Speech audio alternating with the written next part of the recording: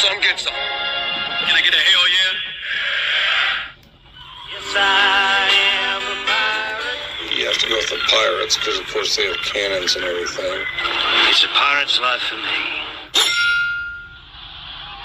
Be proud of who you are and what you are. You pirate. It is a first down. Pirate. Because when you're at East Carolina, you go for it every time. Well, you don't coach at East Carolina. You don't come to East Carolina. You don't play at East Carolina with a weak heart. Write it. I think I've ever been in a building as loud as that was. It was deafening in there. You live with Omaha. I can promise you that. And it's purple all night long in Eastern North Carolina. You're watching The Sports Objective, the podcast for Pirates.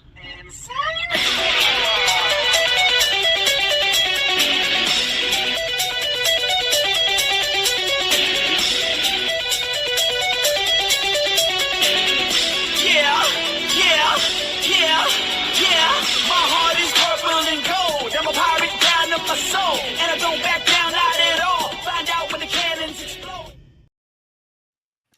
All right, welcome into the Pirate Football Preview right here on the Sports Objective. It's Wednesday night, and ladies and gentlemen, here on this Thanksgiving Eve, that's right, we don't take time off. No, sir, because football has not taken time off. And, well, I was getting ready to say something else, but I'm not going to say it, ladies and gentlemen. Welcome into the show, and we'll start with our good buddy Kyle from LaGrange Barber. How are you? Yeah, Thanksgiving Eve. Don't forget to leave milk and cookies out for the pilgrims. What? Oh my goodness! Yeah, Tell me Stevie and Johnny. Yeah, so it's Thanksgiving, so I smell pecan pie cooking. As always, pecan pie. That's right. Smell it cooking. Well, actually, it's been cooking. It's cooling now on the baking rack. But anyway, yeah, Thanksgiving Eve. Hope all you gentlemen have had a good week as we get ready for Gobble Gobble Day tomorrow and Florida Atlantic on Saturday. Yeah. All right, no doubt. Welcome in. We appreciate everything you guys are doing. And getting ready for the big event on Saturday at high noon. And that would be East Carolina and FAU. Johnny, I'm going to start with you tonight. First of all, for you, happy Thanksgiving, and just want to get everybody's talking turkey. I don't want to. What was the question? Answer the question, Johnny. How could you start with Johnny when you already started with me? Good point, Kyle. I was talking about the first question. Oh, okay, all right. Okay. I did the introduction. Did I miss the question, Dave? I was thinking about my answer. I'm trying to get to it, but anybody's interrupt me. No, so just want to get your thoughts. I'll put this question out to you guys because I was thinking about it this afternoon, thinking about the show. I have a concern, and I'm just going to go ahead and put it out there. I'm worried, and maybe I'm doing the Kyle, but I'm worried that our guys are going to try too hard, try to make things happen. I hope I'm probably wrong. But, Johnny, I'm going to throw it out to you. Do you think that it being the last game of the season, we had that terrible game last week? I'm not trying to create anything about the team. I have no idea. I'm sure they had a great practice. I just had a bad feeling this afternoon, and I said I'm going to save it for the show to see how you guys feel. I'm going to start with Johnny. Okay. I mean, my honest opinion, I know I tend to be like, maybe a homer sometimes, but I'm not being a homer at this point. I'm giving my honest opinion. No, I do not. I feel like after that debacle last week, they are going to be focused. I feel like they know what they need to work on. I mean, I know what they need to work on, so I'm pretty sure they know what they need to work on. And as Kyle's mentioned before, this Owls defense is not too intimidating. I mean, I'll give some numbers later.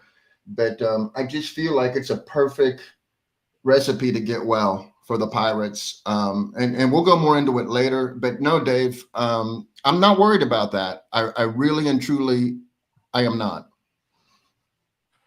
Hey, by the way, I'm sorry, Kyle. I was just going to say, by the way, we do have a 4-game Owl winning streak currently. So I want to make it 5. Oh. We beat We beat FAU in 23, and then we beat Temple and FAU in 24, and then Temple earlier this season. So, I think we have the Owls numbers. We're going for David, 5 in did a you just row. howl like a wolf? Ow. You said ow. You should have went who. They say you sound just like an owl. Yeah. You hear that, JR? They say you sound like an owl. Well, see, there's different. I learned this too. I'm not going to bore anybody, but the Florida Atlantic Owls, hopefully, the Florida Atlantic Owls, they're named after the burrowing owl. I mean, that's what their mascot is, a burrowing owl. The average size of a burrowing owl is 5.5 ounces. They're little tiny things that live in the ground. And there's actually a part of the campus that's in a sanctuary for them. So, I mean, they're named the Owls because they actually have owls on campus. And their mascot is this little tiny burrowing owl. Now, the other 3 owl teams, including Kennesaw State, they're great horned owls. So they weigh like 5.5 pounds. So they're real owls. The owls that we're gonna face, they're just little wannabe owls. Oh, I really love Al. Al Bundy? No, it's from Home Improvement. So to answer or to continue on Dave's question, Johnny's point, do I feel like we're going to try too hard? I don't think so.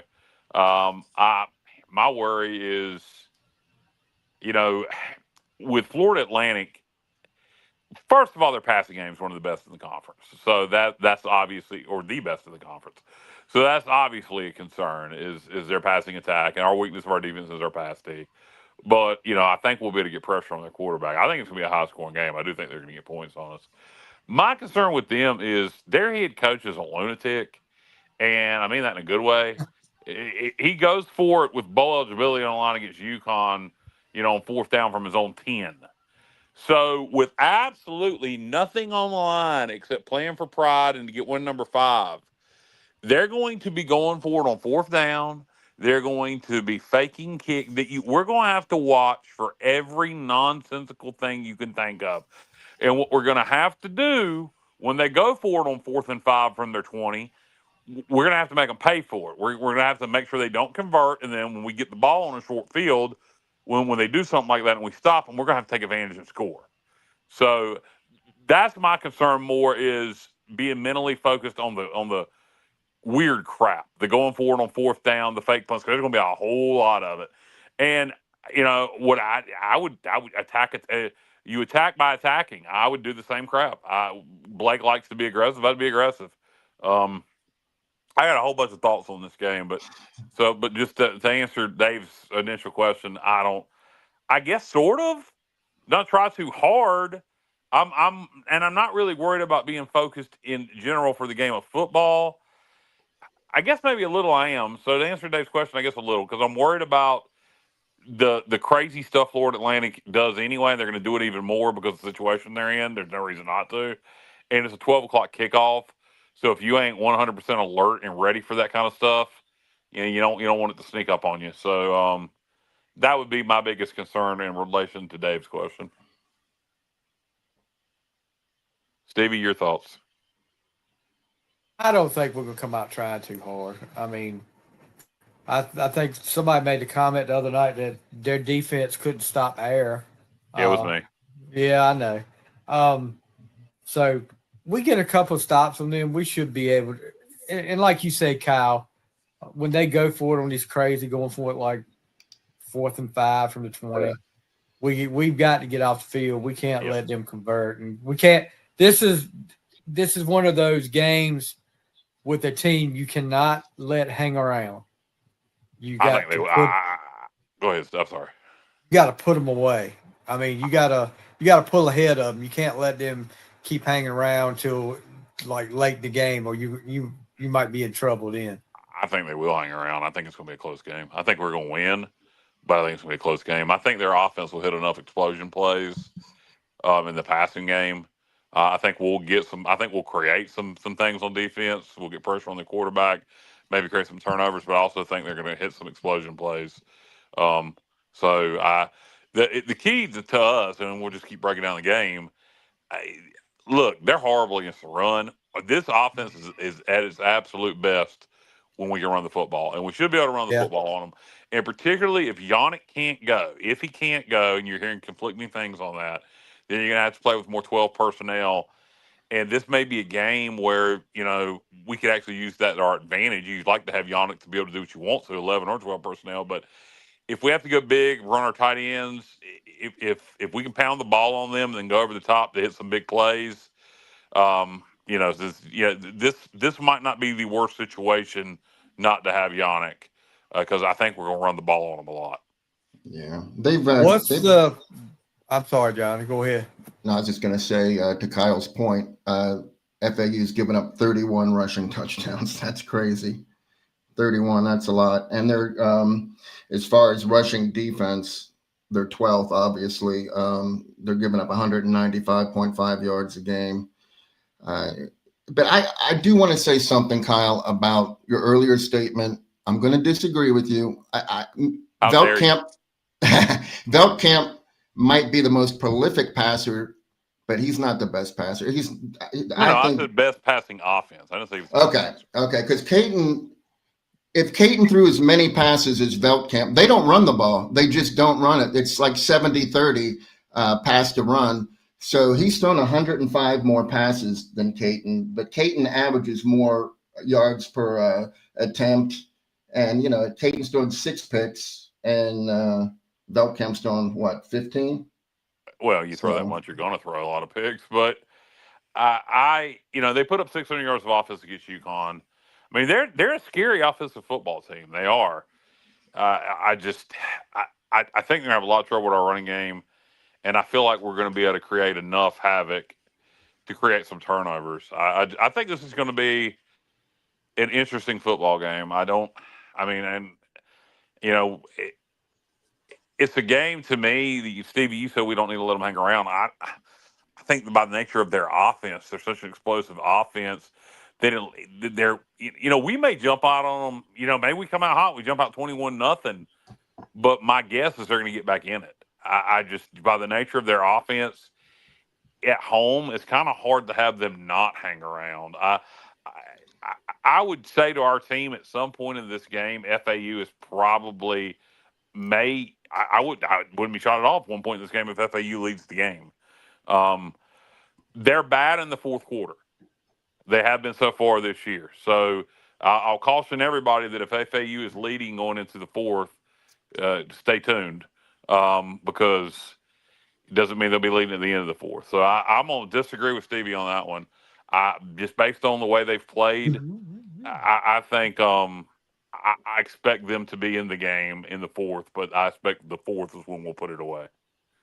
Here's one of the things I'm thinking about too, Kyle, is if you have a good running game, that means obviously you control the clock. Then you get stops on defense. If we get up 14, 17-0 or something like that, then it's going to be really difficult for them to come back. But it all depends on the. I mean, when they score, it'll probably be an explosive play. I don't know. You say control the clock, and I get, we do have long drives, but even our long drives, they're still pretty fast because we go fast. Right. And we don't need to change that. So you wouldn't slow down the game? No, you do what you do. You don't change who you are. Yeah. So I get what you're saying. And I'm not talking about, and don't get me wrong, I'm not talking about Mike Houston. No, you just run your offense. Right. So we're going to run the ball more on them, I think, just because we can. We can, exactly. And I think we would rather when we can. And which typically, when we're able to run the ball, opens up explosive plays in our passing game. And I got a stat for you, Johnny. But I think we are 7-0 when we score the touchdown first. So in other words, if we're up 7-0, we win the ball game. Yeah, no, I knew that stat, and hopefully we score. I just want to score more. I don't care if we score first. I think sometimes that kind of stuff, and Blake Harrell mentioned that, and I halfway wish he wouldn't mention it, because I think that becomes a thing. Then guys start to think, oh God, we didn't score first. I wish it wouldn't even be talked about. I wish Blake wouldn't talk about that. Because it's great if you score first, but then what happens if you don't score first? Right. You're going to get in your head. So, I mean, I just score more. I don't give a damn if we score first or we score last. Just score more.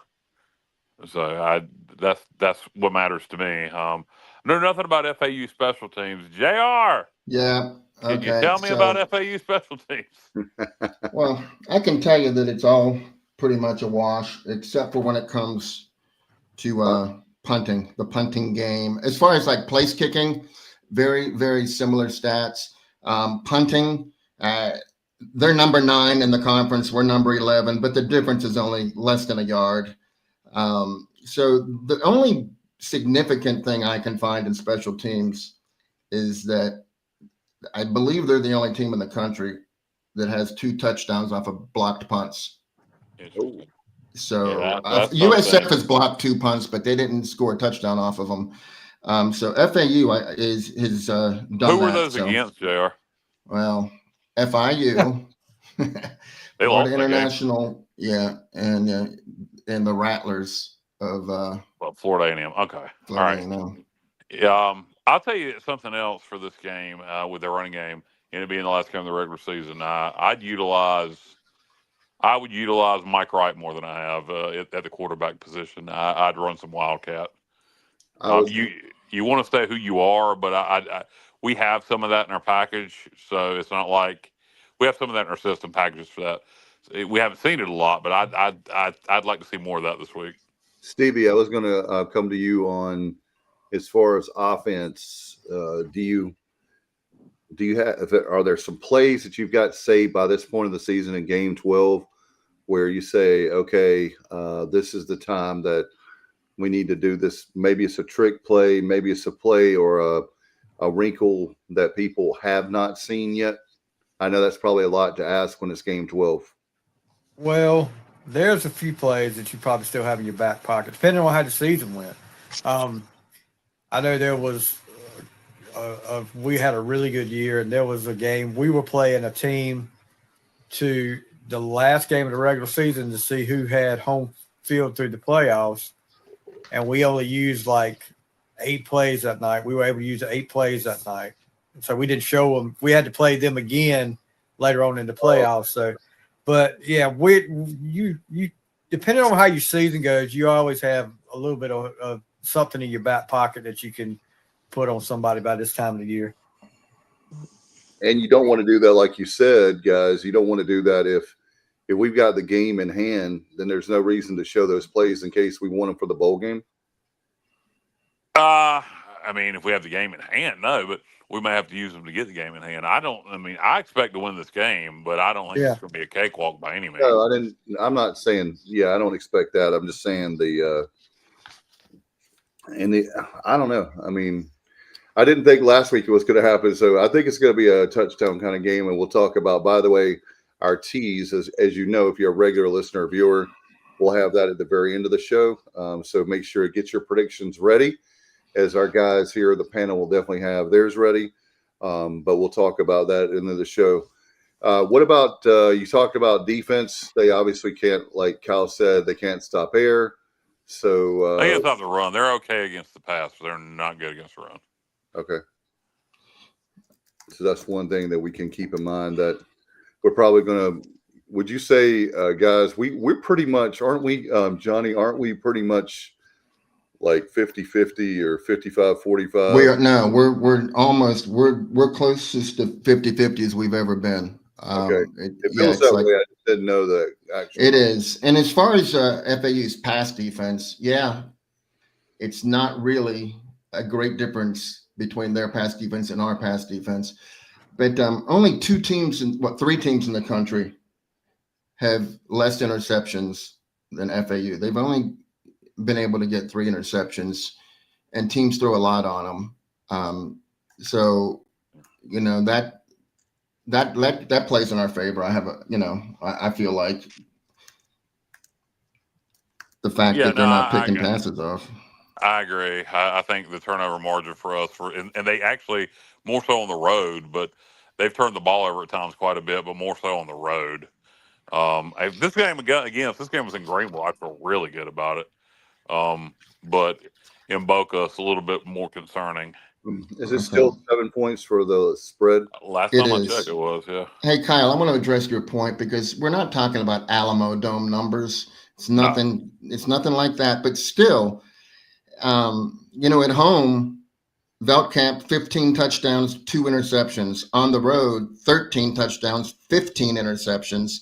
They're averaging 44 points at home, and they're averaging 21.8 on the road. And as far as yards per attempt on passing, 8.5 at home, 6.2 on the road. And they're, I know, Kyle, they did play Florida A&M, but I mean, they have played Tulsa, which they're better now. They played Tulsa recently. UConn's, what are they, a 9-win team? Yeah. They played Memphis. So those numbers aren't really, I mean, I think they're legit. You have to pay attention to them. So it's not the same kind of effect, but there's something going on, in Boca as well. But, we've played there plenty of times and done well. So they lost to Memphis. They lost to UConn. They did beat Tulsa. Then their other 2 home wins were UAB and Florida A&M. So yeah, not very impressive. but these numbers have nothing to do with winning and losing. It's just generated offense and defense and yards per play. So it's not really about winning and losing. I mean, they're playing good. They were up against good defenses in at least half of those games. Right, but how many of those numbers came from the Florida A&M, UAB, and Tulsa game? I mean, so that made those stats that way. 15 touchdowns, 2 interceptions, as opposed to 13 and 15. You can't Who ignore did he that. throw the 2 against? Do you know? One last week against Connecticut, which There you really that kind of lost the game for him. I mean, honestly, if they hadn't done that, Veldkamp, he's like he has Caton's arm, and he's kind of got Garcia's decision making. Yeah, we got to get pressure on his ass. Is what we have to do. Yeah. Well, we do, because he's not going to do, what McCown did, because that's not their offense.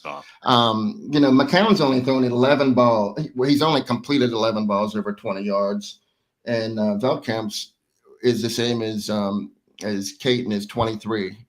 They throw it down the field a lot. They only have 3 touchdowns behind the line of scrimmage. Wow. So. Yeah. So and another thing that I think is going to be key in this game, because they throw the ball downfield a lot, and because we will give up some explosive plays, is our red zone defense. I don't know what their red zone numbers are, JR, but our red zone defense, to me, if you give up the big play, just keep them out of the end zone. Make them earn the score. And but don't break. Hey, Kyle. Funny. Here's a funny. Was not really funny story, but this is what happened to me. I've been keeping track all season long, and the numbers were getting better and better, and they reached the point where they were astounding how good they were. And then we didn't stop UTSA at all, and I was just too depressed to run the updated numbers, so I never did it, because we never stopped them.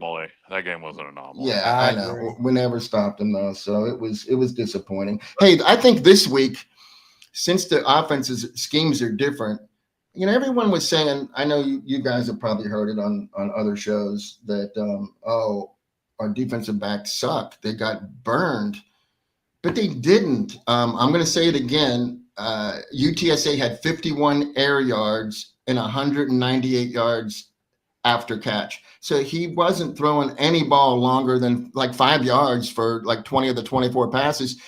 And so that wasn't our cornerbacks. That was our linebackers. And safeties. That were getting out of position. And we were down, one of our best safeties played injured the whole game. And then our nickel safety was out for the whole game because of targeting. Yeah, but McKinstry really... He didn't play much at all. I was surprised he was in there at that point, because I haven't seen him on the field hardly at all. So, but you make a good point. They felt like he was the best guy to be in there, and then we didn't have him. Yeah, and then that was after. And then what's his name? What's his name? Yeah, Teagan. And then I'm assuming Teagan's going to be 100% this week or close to it. I'm assuming. So I'm ready for this game. I want this game bad. Stevie, after a loss like UTSA, from a coaching standpoint, how would you have approached practice this week? Ooh, well, being it's this part of the season, and you got a bowl game, but you still want to go. You want to go in that bowl. You don't want to back into a bowl game. No. You want to be, back on track. I mean, I think we talked about it Sunday night, Kyle. You want to. I would try to make it fun, like Holden was talking. We talked about Holden. Try to make it fun. Stress that game is over with. Just flush it down, start over, reset. That's the way I would do it. I would try to. I wouldn't be one of the. Know a lot of people, from the older school set will probably say, well, you need to drill it in their head. You need to pound them in practice and all this. But it's a different generation, guys. I mean, these guys are going to respond better, I think, to something like that, especially after a huge, a loss like that. Yeah, I would probably try to make it fun. And plus, we're dealing with what? 12 guys that were sick. Apparently sick earlier this week. Yeah, we got an update on that. I haven't checked. Yeah, that's what I was going to ask about that. I don't know if we had an update on that or not. I haven't heard. I did hear about it, but I haven't. I hope that. Apparently, that's not a big thing. That's not a big deal. Everybody must be straight if we hadn't heard any more about it. So, yeah, I'm gonna go check HTC and make sure we're not missing anything on that. And I don't know what it was. I asked Igo if he knew. He said he thinks it was cold related. I find that hard to believe. You hear 12 guys out at one time. That sounds like a stomach bug. Well, I guess you could get get some kind of funk from that at UTSA. I mean, like a cold or something like that, if you really think about it. But I don't know. I'm like you. Anything where you got 12 like that, the first thing I automatically think of is stomach bug.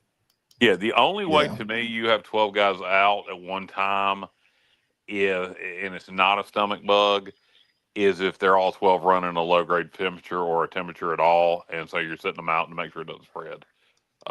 Otherwise, I don't think you have 12 guys sitting out for cold symptoms. I just don't see that. No, not when it's the last regular season game for a lot of people. No, so I think it was probably a stomach bug, and so anyway, I don't know, but hopefully everybody's good to go by by now. But any idea? Were we traveling on Friday? Are we going to go? Were we getting down there for Thanksgiving? I'm assuming we're doing Thanksgiving here, and then traveling Friday. It's not and it's only it's about a 2 hour. I think it's about a 2 hour flight off the top of my head. That sounds right. So it's, in other words, Kyle, typically what they do is when you have the situation, they definitely have like in the Murphy Center or, like Harvey Hall or Town Bank Tower, they have like a meal for the parents. The players, sure, the coaches and that sort of thing, and their families is what I was getting at. Sure. But you could even go down there Thursday night if you wanted to. And I think that with this game, if they just play, just like what you said, Cal, just go to the dance, what you've always been doing the whole entire season. Don't try to change anything.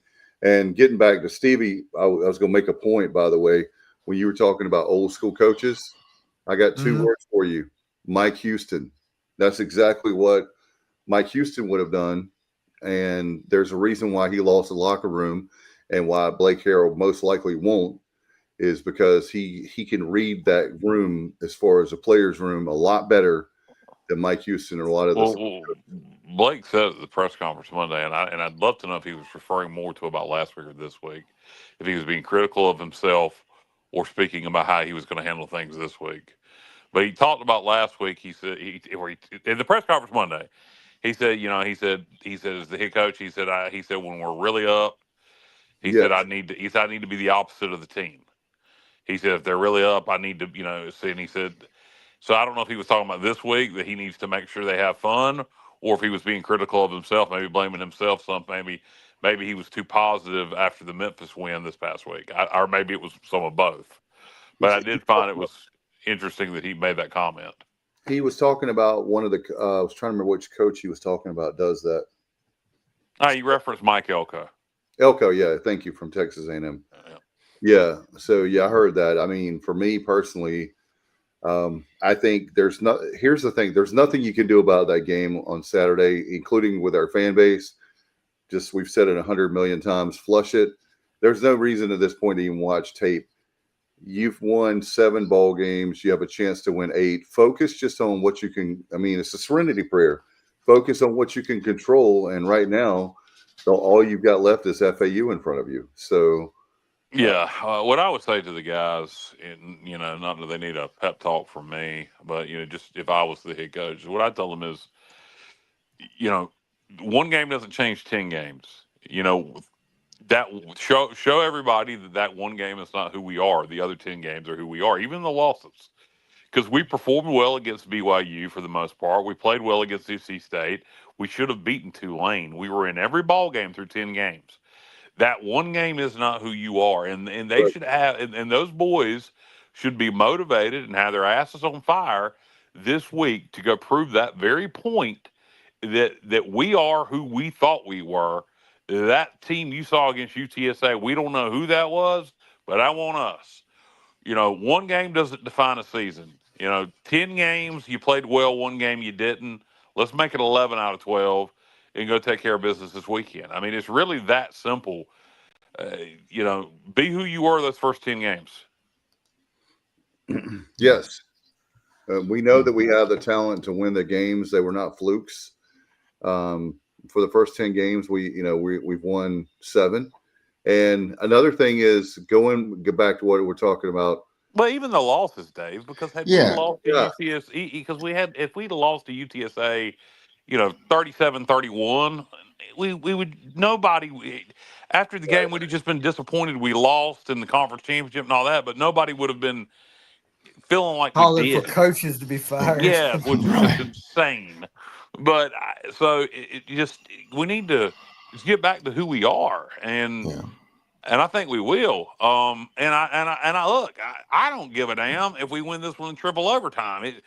Pretty is out the door. It's game number 12. They almost beat UConn last week. It would be playing us for a bowl game, and personally, I was hoping they did beat UConn. I would have rather played this team with a bowl on the line, because then that quarterback would have had pressure on him, and he's prone to throw interceptions, and they wouldn't do just absolute complete nonsense that I know they're going to do this week, that they're like to do anyway. So if you remember, guys, in the group text, I said I hope they win, because I actually I liked the idea of them being under pressure. This team scares me more with no pressure on their shoulders. Right, FAU playing for bowl eligibility. No, because the way their coach coaches. He'll go for it on fourth and 1 from his own 10 against UConn, playing for bowl eligibility or a chance to play for bowl eligibility. What do you think he's going to do with nothing on the line? That's a good point. Yeah.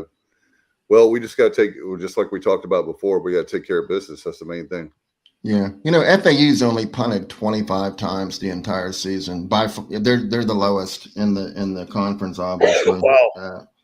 They go for it all the time. We got to make them pay for it. I know. I was trying to put an exclamation point on your point about fourth downs. The other thing is Veldkamp does have something to play for this weekend. He needs 244 yards passing to be the all-time single-season passing leader. The guy that has that title right now did it in 14 games, because I don't remember his name because we weren't in Conference USA in 2019, but it's Chris Robinson. And they were 11-3 that season, and they played Ohio State and Central Florida when Central Florida was ranked in the top 15. Was that Baby Kiffin as the head coach there that year?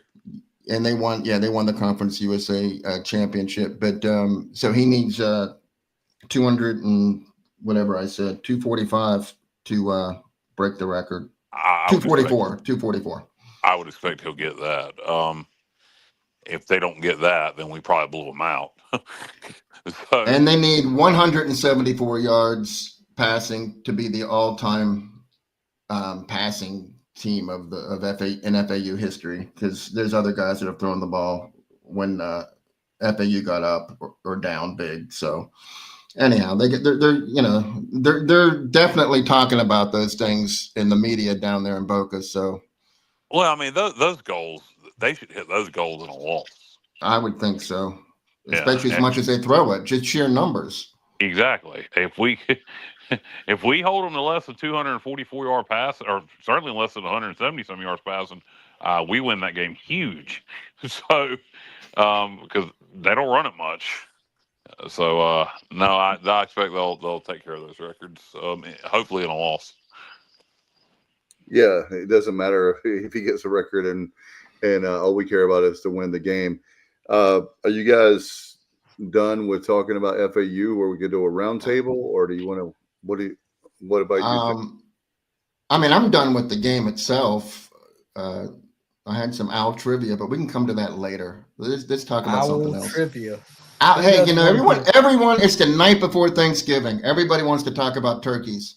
I want to talk about owls. Okay. All right. Who's with me? They did say you sounded like an owl, Johnny. But a great horned owl, not one of those burrowing owls.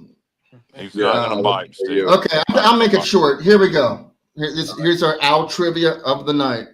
All right. Okay, I'm going to include Kennesaw State because they're a member of the fraternity. Okay, does anyone know the name of the FAU mascot, the owl mascot? Anybody know his name? Jeannie C. Riley. Okay, I'm going to give you the four names. Hootie. Okay, I'm giving you the four names of Rice, FAU. All right, you want me to? We're gonna match the name with the proper owl mascot. All right, here we go. Okay, here you go. I got Hooter, Owlsley, Sammy, and Scrappy. Scrappy. All right. I'm gonna say Sammy. That's Sammy. It's Hooter, Owlsley, and Scrappy. All right, so FAU, I'm gonna go with Hooter. Hooter is actually Temple. All right. Sammy. He says Sammy. Sammy is Rice. Sammy is Rice. Okay. So what were the other two? Scrappy and Owlsley. Scrappy. Okay. Scrappy is Kennesaw State. So it's Owlsley. It's Owlsley. But hey, whoever said Hooter, they were close because Owlsley has a female companion named Hoot. Hooter's hangs the out Kyle with Barber. Wow, they got hangs out with them. Yeah, her bio says that she enjoys baking, hugs, and spending time with Owlsley. So there you go. I hear she actually likes spending time with Sammy.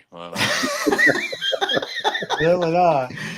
And Hooter, the Temple's mascot, Hooter, he has a female companion too named Stella. But the other two are loners. Sammy and Scrappy are loners. So there you go. That's your owl trivia for the night. Well, Sammy's only a loner when Owlsley's bitch isn't over there visiting him. Wow. Oh boy. Wow. Okay, moving right along there. I just have a question for you guys, and they've been talking about that ad nauseum this week. But where is Owls? No, not Owls. That was probably more entertaining than what I want to talk about. But when it comes to Lane Kiffin, where's he going? Oh, jeez. He won't be back. I can tell you that. You don't think so? No. I have a theory. I think he's done. There's a part of me, I would say it's 80-20. 80% he's leaving, 20. I'm wondering, Kyle, if you're thinking the way I'm thinking, is this just all a ploy because he loves the attention and he's using this as a leverage to get more money from Ole Miss? No. I don't know. I have trouble believing that him and that AD, if they got that much heat, are coexisting. And I don't know. In a team and a playoff.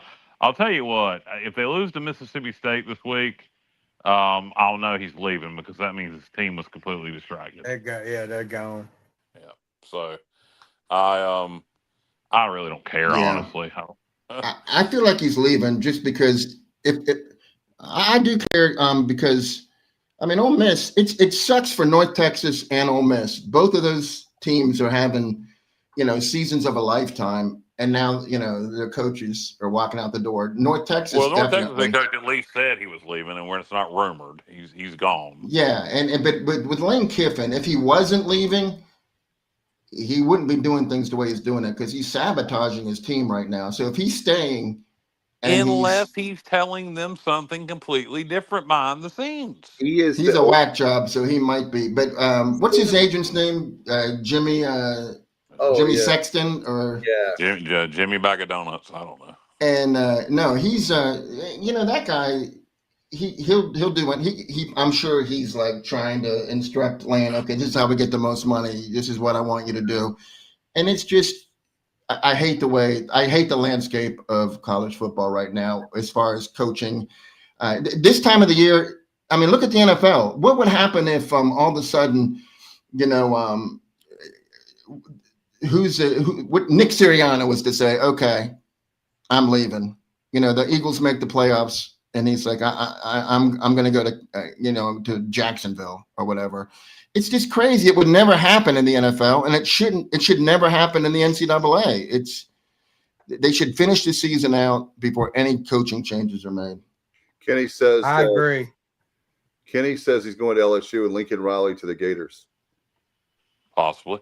You know what? Lincoln Riley to the Gators, I've heard that as well. And I would have said 0% chance earlier, but it seems to be getting a little bit of traction because if Kiffin goes to LSU, the Gators need to do something. And they like offensive coaches. So I would see that. I could see that. Yeah. If we're talking about coaches, let's talk about one that I think left. I found this interesting.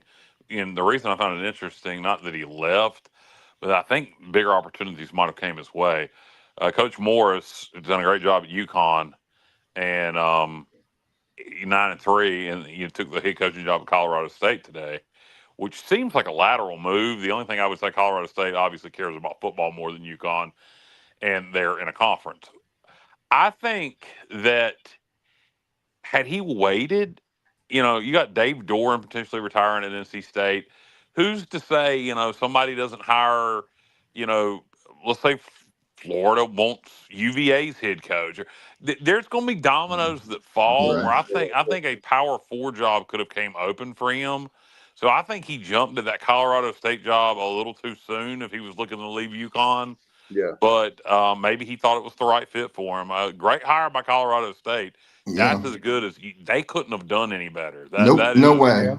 And you know what, Kyle? You know what that tells me? The fact that he went to Colorado State so early. You know what that tells me? That he hated UConn. Now that Jimmy Sexton is not his agent because he wouldn't let that happen. He'd be like, no. You're a hot commodity. We're going to get you more. We're going to get you bigger money. It also tells me about the level of commitment he feels UConn is making to football. And plus, he's from out west. Morris. Okay, that makes sense. From Texas, right? Yeah. No. UW, and his dad coached at Boulder though. Okay. So he grew up in Colorado. That makes sense. He's going back home. Okay. Yeah. That makes some sense. Yeah. So what do you? So you guys like? So you like that LSU, and then there's I some. don't care. Well, I don't care either. I'm just asking about for something. I'm just saying I don't have an opinion because I don't care. I have no idea I have no operation of Lane Kiffin's mind. I don't pay attention to Lane Kiffin. Okay. Well, hey, so here's my question.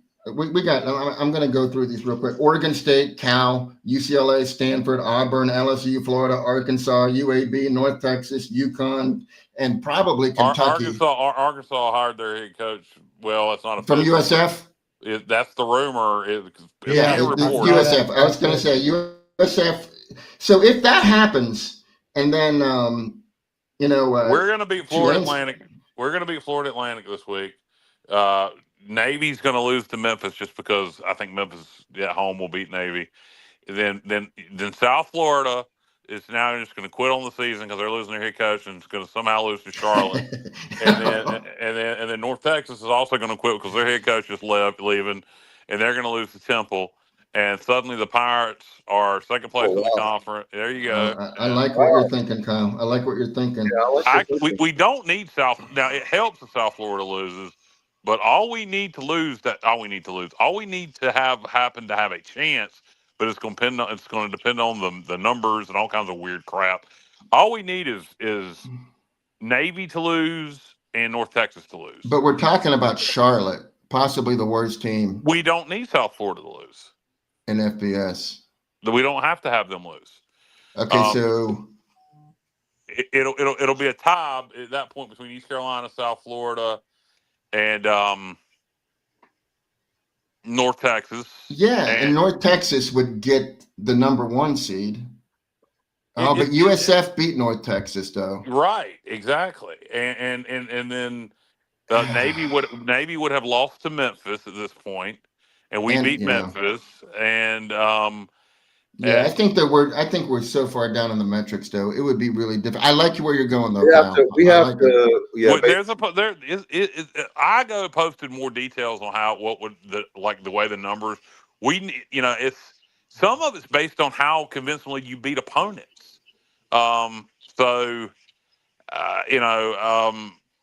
Maybe we should have scored again on Charlotte. And I don't think we're going to have a chance to. Look, let me tell you something. I'll say this. We'll know Saturday if that's an opportunity or not because those games are played before Saturday. They're played Thursday and Friday. So if we have an opportunity Saturday and we get up on Florida Atlantic, I don't think we'd have a chance to ball Florida Atlantic. But if we do, we better do it. We better not hold off because but that's all secondary. But it's fun to talk about. It's fun that it still could happen. There's an outside chance. I do think Memphis is going to beat Navy, and I think with North Texas as head coach leaving, Temple's not a bad football team. I know North Texas is heavy favorites, but it's not out of the realm of possibility. Yep. What if Drew Mestamaker, he wants to go to Oak State, and so he's gonna just quit on the season, and he doesn't want to get hurt or whatever. You never know, Kyle. You never know. This era is, we keep seeing things that are first, so you never know. But yeah, I like where you're going with that. But biggest thing, beat Florida Atlantic regardless. Yeah, I agree. Hey, so I was going with my earlier comment about coaching changes. So John Summerall, he's rumored with 2 jobs. Yeah, he's leaving. If Auburn beats Alabama, they're going to probably keep Durkin and elevate him to head coach, which they probably should do. But if they don't, if they get waxed by Bama, then Summerall's their number 1 pick. But Kentucky, if they lose to Louisville, they might decide to move on from Stoops. And then, Summerall's a he's a Kentucky grad. And, that could be. So what I'm getting at is when all this washes out. Oh, I know where you're going, Johnny. Okay, here's where I'm going, Dave. If all this washes out and we're starting the 2026 season, Blake Harrell could very well be the 4th most tenured coach out of the 14 American coaches, because every one of them will come in after him, except for, Army, Navy, and UTSA. Insane. Isn't it? Yeah. He's been here less than 2 years. He would be the 4th most tenured coach in the American if all this stuff happens. And I think it all will. I mean, I think every one of those coaches is going to leave. So it's just, I thought that was very interesting. It is interesting. And it also, if we can hold on to a lot of our pieces off this year's team from the portal, Hauser, et cetera, and hold on to our assistant coaches, it should make us, maybe the favorite next year for the conference championship. How about that? How about that for Pirate Nation? The fact that we have a chance not only to be in here this year, even though it's slim, but next year to be the favorite to win a conference championship. Can we have our administration say conference championship? That's what we're about. We win conference championships. That's what we want. It's been 2009. I'm sorry. I'm just a little bit frustrated about that. No, Dave, go ahead. I was thinking about the same thing. And, we could be in the conference championship game, and there's no reason why we couldn't host it. And maybe it could be against UTSA, Kyle. Remember we said we had to wait? We had to wait a couple years, 3 years. Back. Yeah, and the quarterback's back. Yeah. Bring him on. We're going to rip his helmet off. Yeah, Jeff. I'll do that. Spit it around your head like a helicopter. Jeff Traylor gave us the best thing ever because now everybody's like, oh my God, our conference, we got boring games with this team and that team. Well, you just created a rivalry. Because I know it's not a regional rivalry or, like geographically, but man, his stuff is easy. And only if we play them next year in the conference championship game. 3 years from now, ain't nobody gonna remember this. No, I know, but I'm just saying that very thing is that maybe if there's a way that we do play them. Yeah, no, for sure. But what other topics we got, guys? One of the topics that I want to talk about that you guys know where I'm going is it's dreadful basketball. Didn't want to talk about it tonight because actually I'm in a very good mood. Haven't loved doing the show with you guys. Obviously, I just had a friend of mine text me and say that you really love what you do. Yes, I do. I love being with the guys and I love the show. And we'll talk about Thanksgiving in a little while, but man, basketball. That's all. I guess that's the only word I have to say. Go, Kyle. JR. JR, is going to be more passionate about this. The talk is, I think Schwartz wants to put it on. We have a couple of our better players out. If the rumors were true that he had another $1 million roster from what's his name that helped invest in the team. Help me out with his name, JR. Garrett Blackwater. Yeah, thank you. If we have another $1 million roster, and if things don't improve, if we keep on just trajectory, Schwartz needs to be fired in January. I mean, you need to at least give him until the middle or end of January to see how things go. But if things don't start improving, this is embarrassing. There's no reason East Carolina should be this bad in basketball. Absolutely none. And, I think when we have somebody investing money into the program and this is the results we're getting, and, I'm not the most passionate about basketball. It's hard to be. We've been bad so long, but there's no reason we should be this bad. We're pathetic. And, JR, do you think those two kids are going to make that much of a difference when we get them back? Well, we're only getting one of them back. The other one's out for the year. And Okay. they would have made a big difference on perimeter defense as far as, we're not only are we bad shooting the three, we're equally as bad defending the three. Like, we're getting lit up like nobody else. Like, nobody is surrendering the three-pointers that we are. So it makes it really difficult. You got to make up for those points somehow. You're getting outshot from the three-point range every single game. And, you would think, well, we got a bigger team. We can make up for it in the paint, but we're not doing that. I almost didn't want to talk about basketball tonight. We got St. Bonaventure tomorrow, and, I have no reason to think it's going to get better anytime soon. But my question is to Mike Schwartz is, and I'm a fan of Mike Schwartz. I just talked to him recently. And, I really... Well, he's a heck of a nice guy, but apparently... Yeah, he is. But here's my question. Okay, so Jay Shane Woodard, he is a key piece to this team. It does make a difference when he's on the court. Now, in the first game against Georgia Southern, we won. Jay Shane didn't play very well. But, he got hurt against Richmond. Well, actually, he got hurt against Georgia Southern. Came out and rode the bike a while and just couldn't get back in the game. We ended up winning that game. We went to Richmond. He didn't play. Then against Elizabeth City State, a team that we should have beat by 40, Coach Schwartz had to put him in the game just to win the game against Elizabeth City State. And what happened, it must have aggravated whatever injury Jay Shane had. And I know that Coach Schwartz said that it really wasn't his decision, but Jay Shane being just a great teammate and a not me guy, but a team guy, he said, put me in, coach. We're not losing this game. And he put him in, and now we haven't seen him on the court since. UNCW. It really wasn't whose decision. Yeah, so I think that when Schwartz said it really wasn't his decision, did he mean himself or? He said that he wasn't going to put Jay Shane in the game. But Jay Shane, was like, come he on, did. So it'd be damned. It was his decision. You're the head put me coach. You in. got to look out for the kid's Yeah, health. no, I know You that. can't put it I on know the that. player.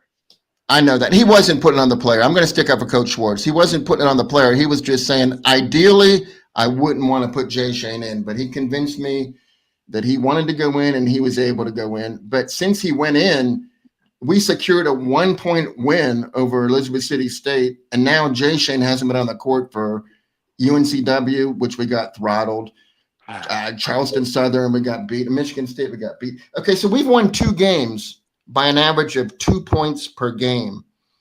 We've lost 4 games by an average of 21.5 points. Yeah. So how bad will the Bonnies beat us tomorrow? Check this out. So the Richmond game, 87-72. All right, sorry, Johnny, Yeah, JR, I think are you there? Yeah, I'm here. All right, I think you had some lag or you cut out or something. Oh, that sucks. Yeah, so Richmond 87-72, Elizabeth City State, like Johnny was talking about, we barely beat Division II team 71-70. You get throttled by UNCW 85-60. You lose to Charleston Southern 77-65. The Michigan State game, we knew that we were going to lose that game, but to lose by 89-56, maybe you could argue that. St. Bonaventure, they're a very good basketball team tomorrow. We're playing, so that's going to be 1, 2, 3, 4, 5 out of 6. And Elizabeth City State, he won by 1 point. Yeah. Here's the other thing. And when it comes to threes, Tulsa has made 70. I think they made like 71 threes. We've made 26, and we played an equal amount of games. Our opponents have made 66. So right there, that's 43 pointers that we have to try to make up for. And they've only shot 51 more shots. So they've made 40 out of 51 threes above what we've made. You can't win like that. Either Schwartz can't evaluate talent or he's horrible at coaching them up, one or the other. Well, Kyle, here's what I had to say with one of my fellow basketball guys that's pretty hardcore. I'm a Schwartz backer, and I hate to go negative, especially, on the air, but, with Garrett Blackwelder, and he's matching, everyone's donating, he's matching. Over $1 million for that. Yeah, he's so, what he did was just I can't even. Blackwelder should go punch Schwartz in the face. Yeah. So here's my point, Kyle. So all these people that are donating, and this is what we get. I don't feel like not only we didn't get any bargains. Like nobody, like, hey, look what we got. We got ripped off. I have a feeling. I support these guys. I support each and every one of them, but I don't feel like they're worth what the investment was. I don't. From last year. Let's look at last year's team to this year. None of the additions would have started on last year's team or could have even played on last year's team. And now I'm not counting the big guy, Emma. I always have a problem with his name, Emma Juru. I'm not counting him because we know what he was because we played against him. We saw him at George Mason. So we knew what we were getting with him. But the rest of the guys, they don't see the court last season, and now they're starting and getting big time minutes. Right. It's disappointing to say the least. Kyle, Stevie, Johnny knows the answer to this question, being a basketball guy, and he and I have already talked about it. But here's a stat for you that's going to blow your mind, Kyle and Stevie. All right, since 2013, that's when my son was born, right, Alex? How many non-conference road games do the Pirates have? How many have we won since 2013 non-conference road games? Yep. I'm going to guess it's something ridiculously low. I'm going to say 8. Stevie, you there? Wake up, Stevie. Wake up a little Stevie. All right, well, Johnny, give Kyle the answer. It would be 0, Dave. But I have oh my God. I have a disclaimer though. It's misleading. I know, Dave. It's an awesome stat, and it's a horrible stat. I mean, horrible in the fact that it's embarrassing, but we just don't schedule a lot of non-conference true road games. We do a lot of, that's not counting like tournament games or neutral site games. We just don't schedule a lot of road games. I know we don't, out but of conference. still, that's 12 years. I know. There's plenty of other stats that are worse than that. But yeah, I know what Dave, that does say a lot considering, you know, Alexander, he hasn't even, he's never witnessed one. He's never witnessed one. Well, we beat South Carolina in Greenville, South Carolina. Does that not count? No, it doesn't, because it's not a true. I count it. I know. I'm with you. But I'm just saying, my point is the fact that we have to rack our brains and the answer is 0 is Stevie. Stevie, are you awake, Stevie? Stevie was basketball. It does it to him every time. He's dumbfounded about the question. He just can't wrap his brain around the fact that we haven't won a non-conference road game, not MCE, not neutral site event. And, you know, that's Greenville, South Carolina is not a neutral site when you're playing South Carolina. It's not on their campus. That's a neutral site. Well, then apparently, we were at a neutral site in San Antonio last weekend in the Alamo Dome. Yeah, I'm just saying that I hear you, but we did beat South Carolina, and it was not at home. But that stat, that just tells you right there that, yes, we don't, Johnny, you're correct. We don't schedule that many non-conference games that are on the road, but it's just that just tells you about basketball. And I love basketball. We just make dumb decisions. We just make dumb decisions. When you look back when we hired Dooley, we could have hired Odom. And, you know, he left there and went to VCU, and now he's at UVA. And we didn't hire him. We brought Dooley back again. And, you know, it's we just always do the wrong thing. And anyway. Okay. Hey, anybody out there that's a basketball fan or follows the team, I mean, help me out here. I also don't understand why, you know, local product from South Central, Kelly, I'm trying to think of this, Luke Davis. He played 18 minutes against Charlton Southern. He played very well. He was plus minute, like in other words, at the end of the game, we lost by 15, but when he was on the court, we were +3. So good things happened when he was on the court. He had 7 rebounds in 18 minutes. That's pretty good.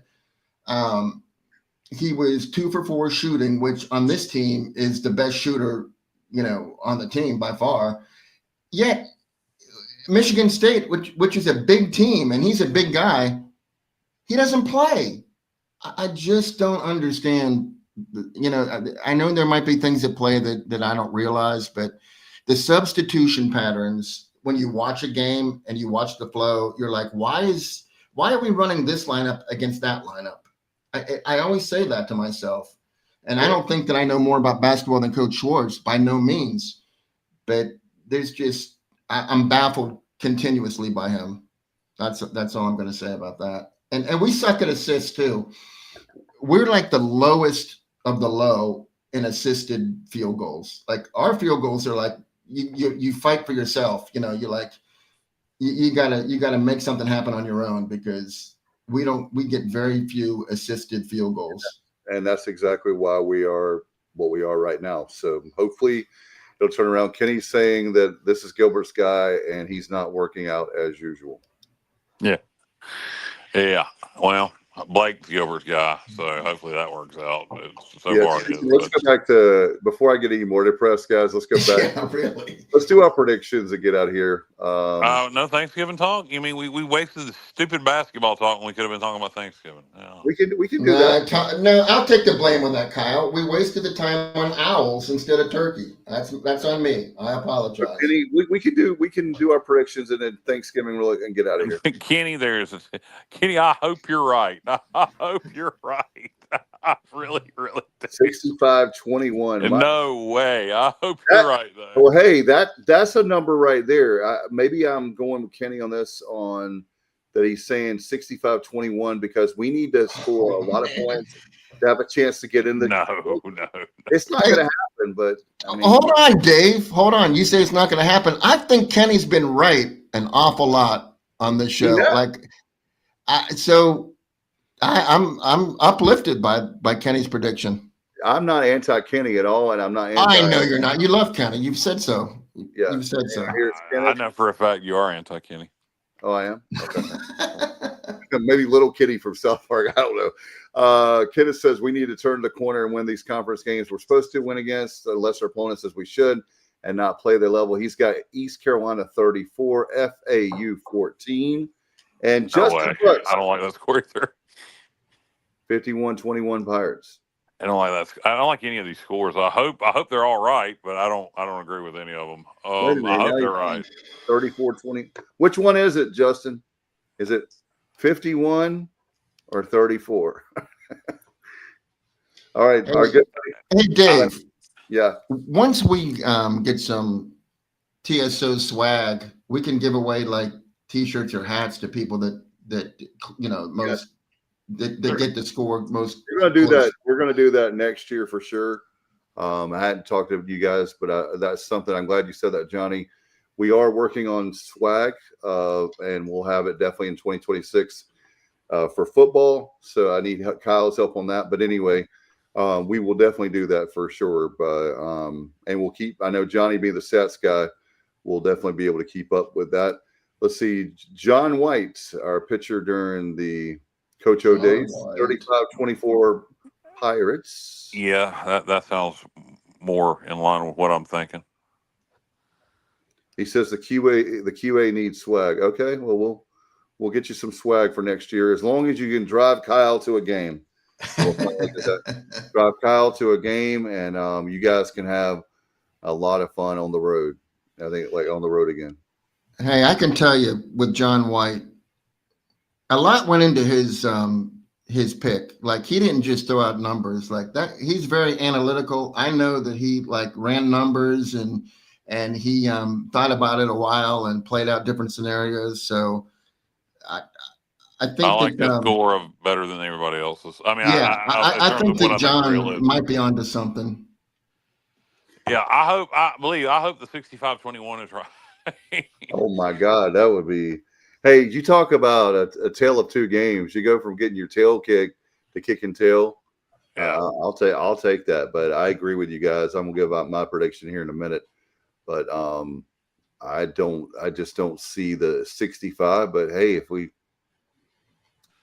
do you guys want to go ahead and yeah, I'll 41-35 Pirates. All right, I've got Stevie. No, I'm kidding. I tell you what, Stevie said he's taking FAU 72-0. You just gonna put a ridiculous score. Yeah. Now, if that happens, you gotta. That happens. We're gonna fire Blake Harrell. Good Lord. Fire Blake Harrell. Yeah, if FAU wins 72-0, oh, yeah. I thought you said ECU 72-0. No, I said FAU. Oh, no, I didn't hear that. Okay, Johnny, what you got? Okay, so in FAU's last three home games, they've scored 53 against UAB, 40 against Tulsa, and 45 against UConn. So I feel like they are going to score some points, but this Pirates defense is way better than all of those. So I'm going to give them 31, which is more than I would normally give them. But they found something with that offense, and they're not throwing picks at home. That's his weakness, is throwing interceptions, but he's not really doing it at home. So I'm going to give them 31. I'm going to give the Pirates 41. I said 41 also, 41-35. So we both have 41. Well, I wasn't listening to you, Kyle. I didn't never. You should have. I'm going 42-31. Hey, you just took my score and added a point to it. No, I was just trying to. Yeah, I had a different score. I had a score closer to John's, but I don't want to steal his. So sorry, Johnny. Maybe they'll score. I don't know. Maybe they'll score 72. Kyle, that being the Pirates. Don't think it'll happen. But by the way, Kenny has a response to us. He says he's a very lovable guy, and we know that, Kenny. We know that.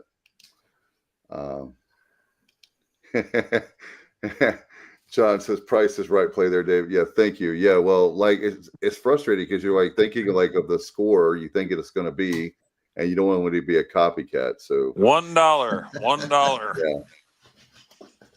Oh, Ken says I think he thinks it's going to similar to the Temple game. I Kenneth. like that, Kenneth. I like it. You're right. I hope you're Oh right. my God.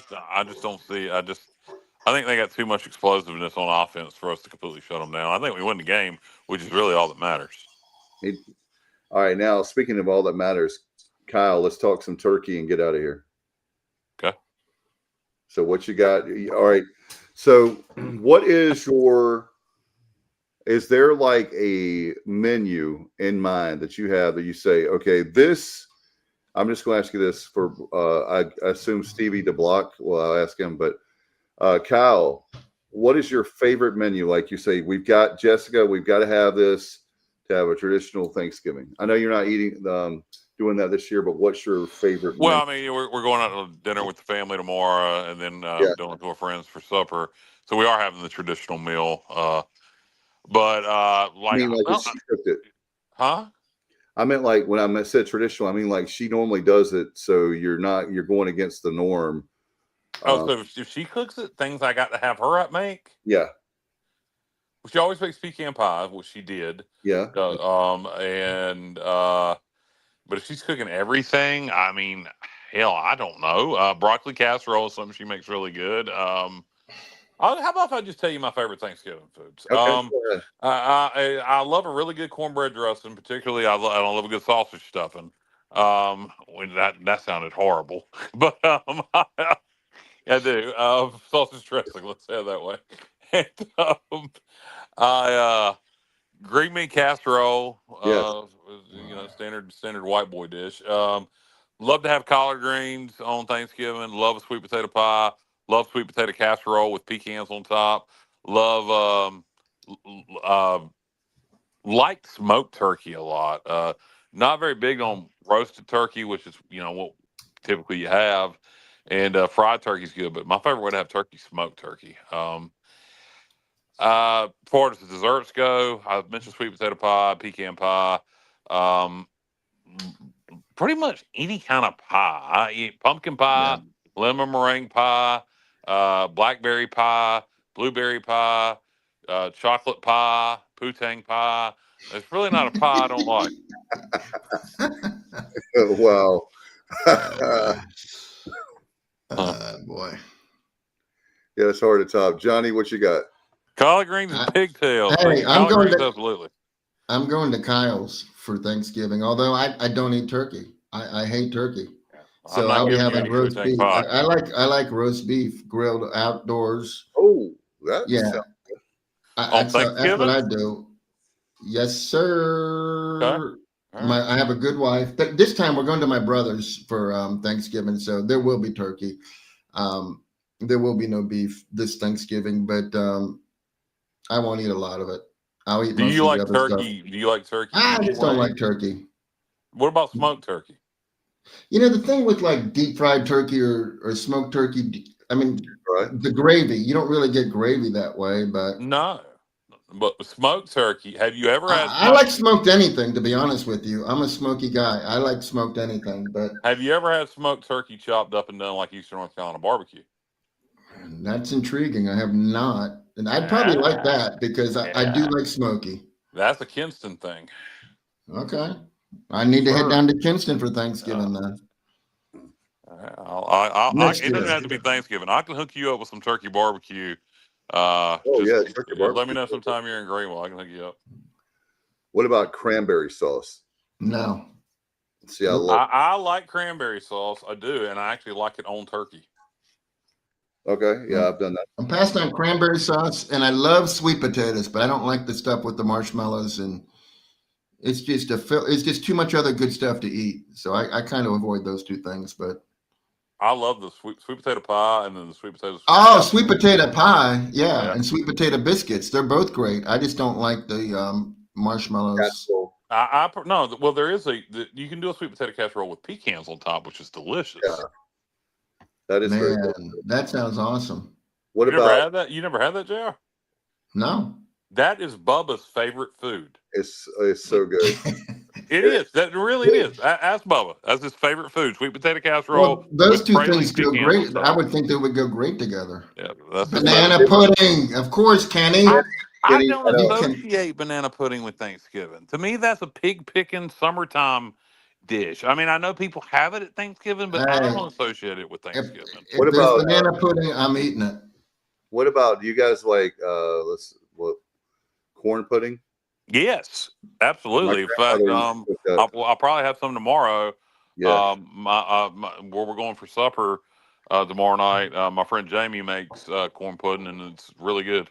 it's one of my favorite things. And yeah, I was trying to think of any other. You pretty much said everything that I was going to say, Kyle. So like, I don't want to repeat that, but certainly Ham. I mean, you got to, ham is typically something you have on Thanksgiving that hasn't been mentioned. Tomorrow, like we're doing lunch at we do McCall's. that at Christmas. Yeah, we're doing lunch at McCall's tomorrow, Very and good. so they're having half the buffet is going to be traditional Thanksgiving, and the other half is going to be barbecue and fried chicken and fried shrimp. So since we're doing the traditional Thanksgiving supper tomorrow night at lunchtime, I'm probably going to load up on barbecue and fried shrimp. They had very good food. They catered one of the that would have been carry the one out of the. They had the one. I think it was maybe the Memphis game that they catered the pregame meal. Yeah, they got good. I'm not a big fan of their barbecue. It's all right. Their fried chicken and their fried shrimp and their And fried fish are all really good. their brisket was to die for. I didn't know Never had McCall's brisket. it Never. was very good. I had not either until that game, whatever pregame meal. I hate that saying, by the way, to die for. It's one of my pet peeves. All right, well, It's one of the dumbest sayings on the planet. Right. You're really going to enjoy this meal, but then we're going to have to kill you afterwards. Yeah, we're going to die for it. To die. I hate that saying. I'm glad I'm not the only one, JR. Every time I hear somebody say that, I'm Johnny, like, really? You die to eat that? Really? I got another one for you, Johnny. After Saturday, I had sour grapes. Oh God, I hate that one too. Good God.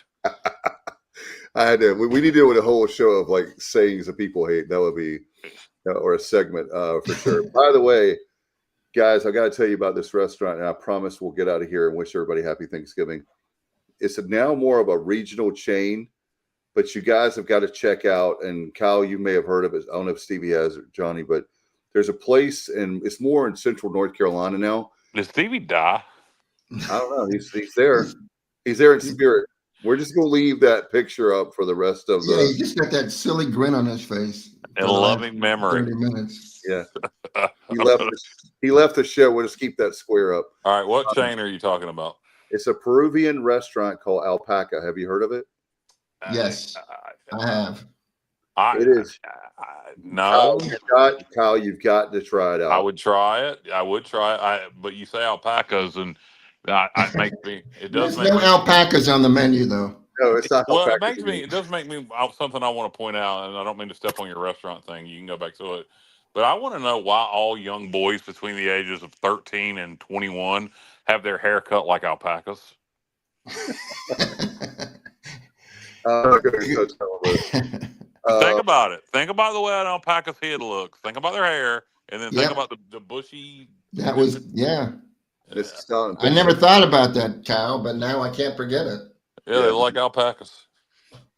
Yeah, so the restaurant is Peruvian, so they have rotisserie chicken to die for. And Stop it, Dave. Yes, please. I did that on purpose. But they had the rotisserie chicken, and then you could add two sides. So I got black beans and green beans, like the string beans. And man, they had plantains. They have all kinds of like sides, but it was really, really good. So I want to tell my Sounds good. I'd go for that. There's a Peruvian restaurant in Goldsboro. Oh, really? Yeah, and they we went there one time. We need to go there again. I don't know why we haven't been back. And got I forgot what it's called, but it's basically a sample. So they bring out the rotisserie chicken like you're talking about. They bring out a half rack of ribs. They bring out a 12-ounce ribeye. It's all been charcoal, like how they Peruvian charcoal smoke it. all these different meats, and then they bring you out like a big bowl of mashed potatoes and some other couple sides, and it's for the table to split. And it was just me and Jessica, so we took a large portion of it home. But it's really good. I cannot think of the name of the place, and I don't know why we haven't been back. It's one of those places. Yeah, that's good. We haven't been back, and I can't think of the name of the place. Baby, do you know the name of that place? Yeah, it left a good big mark What the on you. hell? Hey, Kyle, I have a follow-up question for you. Wait a minute, JR. Wait a minute. You must not have just I'm buffering. I apologize to everybody, but I keep buffering, and I don't know when I'm talking and when I'm talking over people. So Stevie I just came back apologize. from the dead, just out of Is nowhere. it Old Colony? Oh, Stevie! No, that's in Eatonton. That's a barbecue restaurant. Sorry. This is why you shouldn't join a conversation when you've been sleeping for the last hour. All right, now here's my question, Kyle. It's called. Hold on, Jr. It's called the name of the restaurant. What's the name of the restaurant, Jessica? No, I don't know, but I have a. No, I'm asking Jessica. Hold on. She just told me. This Las Fogones. Okay, but we're talking Goldsboro. Yes, correct. Okay, so we're talking Goldsboro, and we're talking Owls tonight. So who's been to the Laughing Owl in Goldsboro? It's really good. I went to the Laughing Owl when they had one in Kinston. Me too. That one was much better. The one in Kinston was much better. Much better. I haven't been to the Goldsboro location. Okay. Yeah, the one in Kinston was closer as well. So that's good stuff, though. Yeah, it's a really good Thai place. And if we're just going to talk about Goldsboro restaurants, there's a really good Thai place in Goldsboro called Tasty Thai. But let me tell you something. Them mother truckers, and I did say truckers, Dave, they will mess with you. You order a Thai, because Thai heat goes from 0 to 5. You order a 2, and sometimes they'll just give you a 4 to mess with you. I'm telling you. But Stevie knows. Stevie, I've had this conversation with you. Yeah, Stevie. we've had this conversation before. It is delicious, great Thai food, but they will mess with you. I'm a 5 every time, Kyle. They call that Thai hot. No, I am. You like it that hot? I really do. And sometimes, like, my wife and I went just recently, and I said Thai hot 5. And the chef came out and was like just watching me, like, holy shit. I didn't even drink water or anything. I love it. I love the spicy. I got a quick story. I got a quick. George loves the spicy. I got a quick story. That's from Seinfeld. Stevie got it. Kung Pao. Kung Pao. George loves the spicy. Okay, so quick story. I ordered pad thai. This is from a different Thai place. This has been about a decade ago. We had a Chihuahua at the time, and I decided I was going to try Thai hot, JR. So I was eating it, and our Chihuahua would beg like crazy and start barking at you and be all aggressive because she was a Chihuahua. So I said, "All right, you little." I said, "You want some of this chicken?" No! I said, "You want some of this chicken? I'm gonna give you some of this chicken." So I gave her a couple pieces and laughed at her, Well, the next day, Jessica comes home to take her out because Jessica was working in Goldsboro at the time. She had picked me up working Kinston, so we lived in LaGrange at that time too. She would stop in between, take the dog out. She came home to blood everywhere. It had messed her. She was fine. Yeah, I wouldn't think it would affect them that much. She had bloody diarrhea. So we rushed her to the vet. The vet said we had just irritated her stomach. She scolded me, Jessica, and the vet, and for giving her the food. We had to give her some kind of medicine and feed her a certain dog food for a month, and she was fine. But yeah, so probably didn't beg as much though. No, she did. So here's the advice: don't give a dog, particularly a little Chihuahua, anything Thai hot. All right, there you go. You learned it here first from Kyle. I tell you, speaking of restaurants, I love the Brazil. Hey, put Kenny's comment up on the screen. The one before that. Cornbread. There you go. That's for Stevie. Cornbread, damn it. There you go. That's for Stevie. You guys Nobody else gets that but me and Stevie. But anyway, you guys like Brazilian steakhouses and and girls with Brazilian waxes. Yes.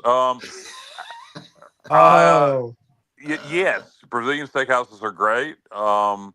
You can eat meat, and great. And normally it's really good quality steak, and The one time I went to the one I went to, I enjoyed it quite a bit. Johnny, have you ever been to a Brazilian steakhouse? The last time I went to a Brazilian steakhouse, it was in Gainesville, Virginia. And I was sitting next to John Riggins of the Redskins. Yes, sir. And Diesel. and it was St. Patrick's Day. He was wearing like camo shorts and a long sleeve T-shirt, and he was ordering gin and tonics. And surprise. Yeah. And I said to him, I said, "Hey, I've never had a gin and tonic. Are they any good?" He's like, I'll order you up some. You tell me. Wow. So he was a good guy. And way to get a free drink, JR. I was going to say you rigged that one good, buddy. Actually, yeah, because I had a gin and tonic, but it worked out. My line worked out. I got some free drinks, and that's how he picked up John Riggins. Super Bowl champion. We all lived happily ever after. Oh my God. All right, guys, I'm going to leave you with this last thing. What are you thankful for? Kyle, go. Thankful for positive, or I don't know how to say that. Negative results, positive news on my test. There you go. Good job. Back earlier this month. Thankful for that. Thankful for my wife. Thankful for friends and family. Thankful I have a roof over my head. And thankful we're playing for 8 wins. Johnny. All right. I don't want to get religious on anybody, but yeah, I pray every day and give thanks for the fact that I made the right decision to move to Greenville, because it's just been nothing but a win. And I've met so many people, and I have so many friends, and I'm so thankful that I'm in Greenville, and I want to be there more, and hopefully I will be, in the near future. But that's what I'm thankful for, is just Greenville and the people of Greenville and East Carolina University. And I know that's sappy, but it's from the heart. Not as sappy as mine. JR took mine. No. All right, Stevie. No, I'm just, like Kyle said, I mean, everybody's pretty much took the good stuff. But, I'm thankful for family, friends. I'm thankful to have the opportunity to come on here with you guys and be able to talk about this, about ECU football. What about your beautiful daughter? Well, of course I'm thankful for her. I'm thankful for my family. Everybody should be. Well, your mother. What about your mother? Your old mother. What about, I know where you're going with this. What about my sister, Kyle? Oh, I wasn't going to go there. I was not going there. I know where you're gearing up. Well, first we're going to talk about we're going to get to your sister. I know. Yeah. But that's a sore subject. Jamie. It's because you wouldn't quit touching her. I'm trying to have a sweet moment here and get out of here. I know. Kyle just can't let it happen. But yeah, honestly, guys, I'm thankful for this life. I mean, because, you think about it, we're lucky, and I don't want to sound sappy, just like JR said. What's wrong with sounding sappy? We're lucky to be able to be in this country we're in, to be able to do this, because, we could be in another country and not be able to do anything like this. You know what I mean? Oh, yeah. Amen, Stevie. That was one of the things I'll add to that, Stevie. One of the things I was going to talk about is how much I was going to talk about enjoying being on the show, be able to do the show. We have met, like Johnny said, we've met a lot of great people over the last 7.5 years. It's hard to believe in March. It'll be 8 years, March 1st, that we've been doing the show. Over 1,050. This is 1,058 episodes. That we have done. Hard to believe, and very thankful for that. Thankful for my wonderful family. Alex and Mackenzie obviously are my world. Thankful to be alive. Johnny was talking about, I thank God every day. Like, I'm thankful to wake up and have another day, because we've lost family and friends over the years. And so one of my friends' moms passed away on Saturday. So on Black Friday, I'll be going to the funeral. So, you think about how blessed we are to be alive. And like Kyle said, we have a chance to win 8 games and 9 with the bowl game. So we're blessed to have a good football program, and things are headed in the right direction there. We want some other things for basketball. We'll keep being thankful for, I guess, the opportunity just to play basketball. But anyway, I appreciate you guys very much. Kyle has been, I was thinking about that today. Kyle, we started this show with Jeff Comfer was the AD for about a week. Yeah. And he had a week left, and I didn't know that at the time. And lo and behold, Kyle came on episode 2 because he left. Comfort left and took a buyout and left. And, we had no idea that we would still be doing the show. So I'm grateful. That's the whole point, that we are still doing the show. And you guys, it's a lot of fun. And looking forward to this, the game on Saturday. So do you guys have anything before we get out of here? I did. Really quickly. Okay. Just a stupid thought that came to mind. Does anybody have a favorite, or I don't know if favorite's the right word. Does anybody have a Black Friday memory from growing up or as an adult? Back when it was still really Black Friday, before everybody was online shopping. Back when you had to get up at 1 o'clock in the morning and go wait in line. Does anybody have a good Black Friday story or memory? I never did it. You never did it. I have one really good one. I got 2, but go ahead with yours, Dave. So we were living, obviously, you guys know I lived in Durham until I was 12. And so they had a mall. It was a killer mall called the South Square.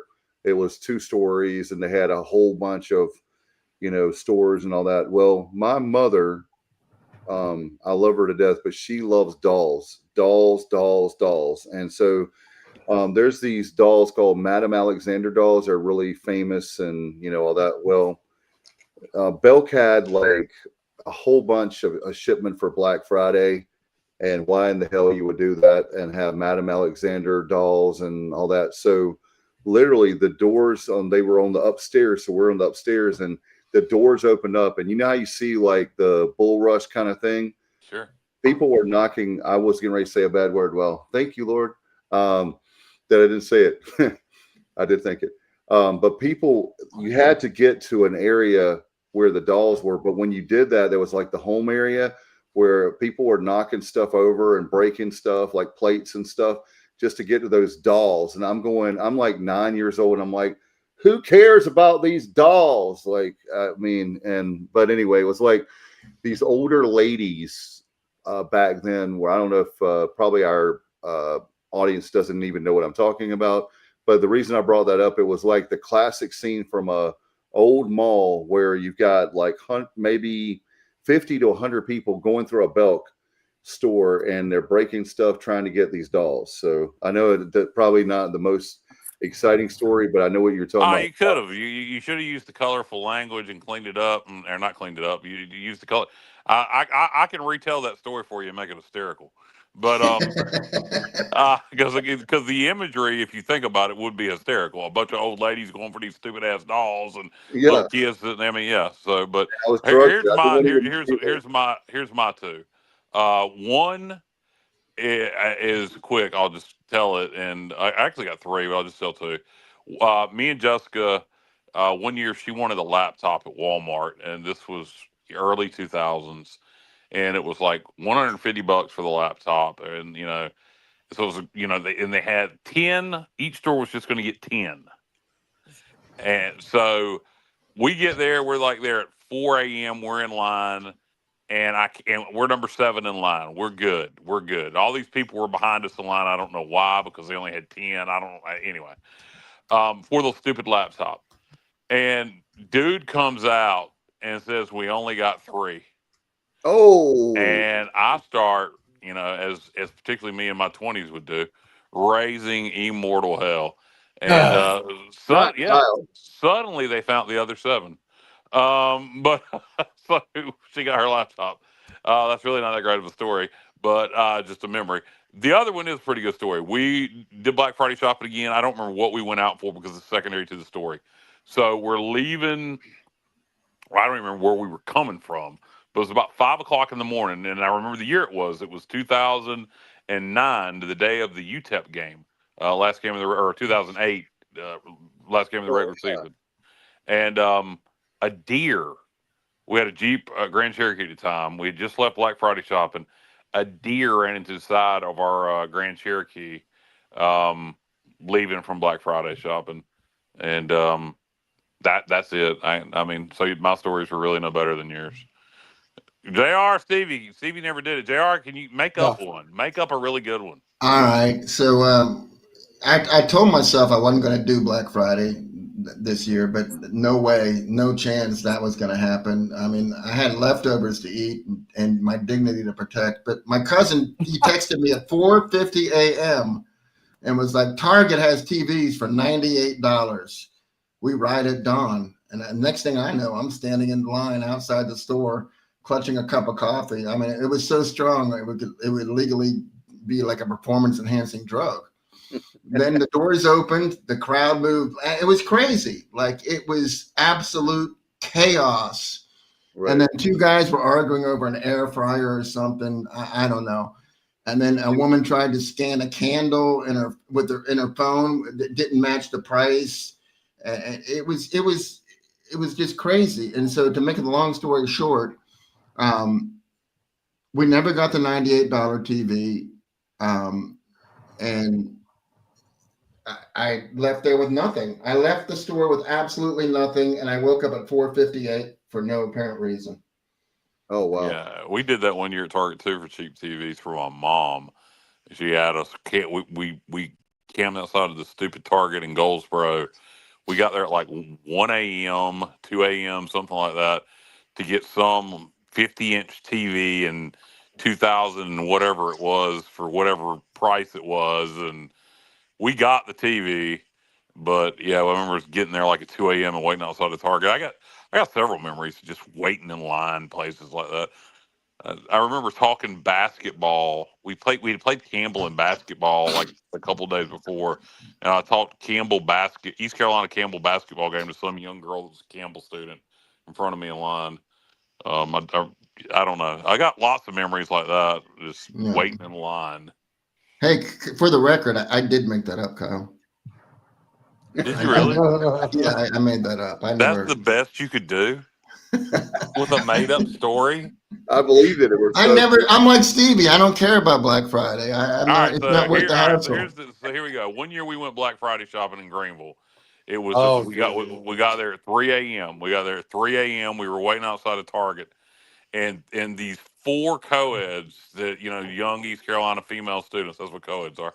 And their car had broke down in front of Target, and they needed to jump. And so we tried to jump them off, and the car wouldn't start. So we gave them a ride back to their apartment. And when we got there, they wanted to thank me, and we went in and had an orgy with them. So there you go. Oh, there you go. There you go. And it was a black sorority, so it was literally Black Friday.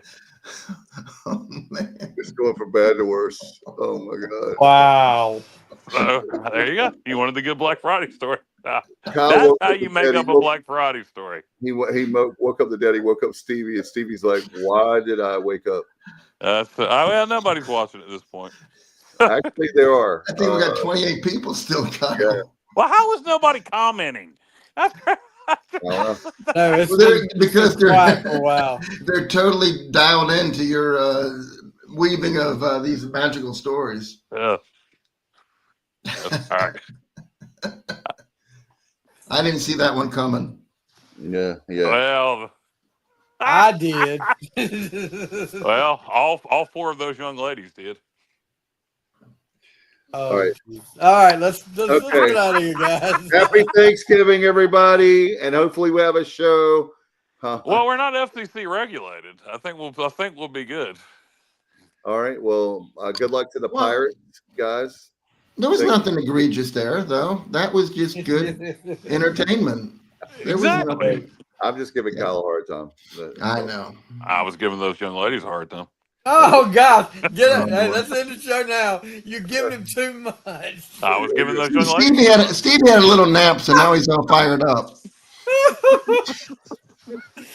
Oh Lord, All right. I need to end it now. We'll see you back on. Hopefully, we'll see you on Sunday night at 8, and we're going to have a great Pirate football playback because the Pirates are going to win.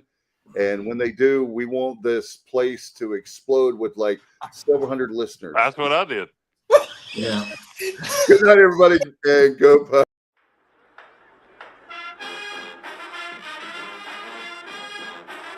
You're watching The Sports Objective, the podcast for Pirates.